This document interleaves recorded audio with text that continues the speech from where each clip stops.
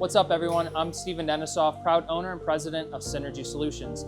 Today, I want to teach you two methods of testing your water quality at your wash: hardness and TDS, or total dissolved solids. Starting with hardness, every grain of hardness degrades your cleanability from 3 to 5%. So what does that mean? If you have 3 grains of hardness, you're essentially going to be having to overcome the hardness within the water by 15%. So you're adding 15% more product.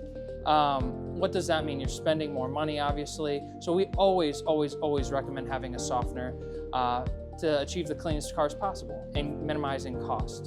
And why is that? Well, the hardness in the water is caused by different types of minerals like magnesium and calcium, and your cleaning agents actually attack those minerals before even touching the car. So you're essentially dumbing down the effectiveness of the pre-soak.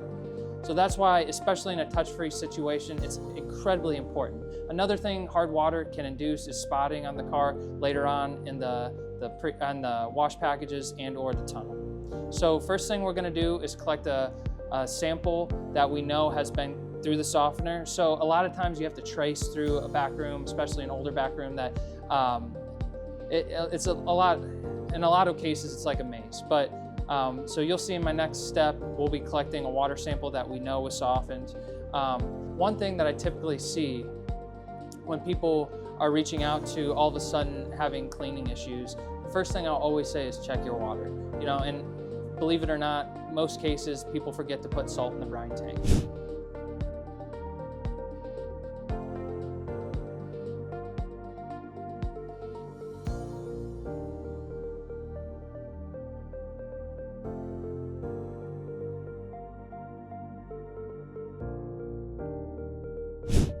So again, for this hardness test, we use the Hatch kit, which can be found on Amazon, our parts store, or other online vendors.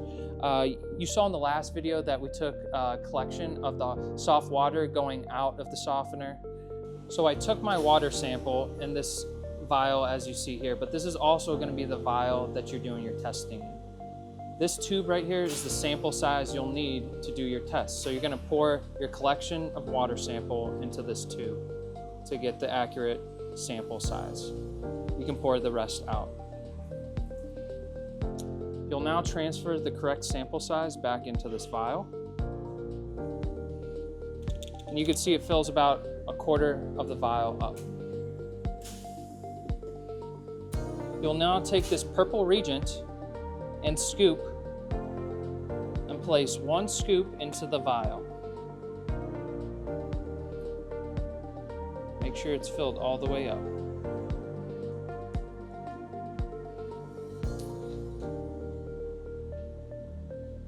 You now swirl this reagent around in this water, and you can see it's a pinkish tint, which gives you an indicator that the water is hard.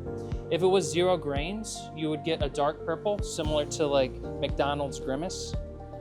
So now we'll take this titrant, and as many drops as it takes to get this to that Grimace purple, that's what the water hardness is, grains-wise.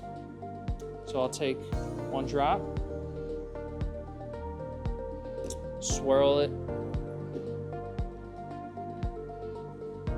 2,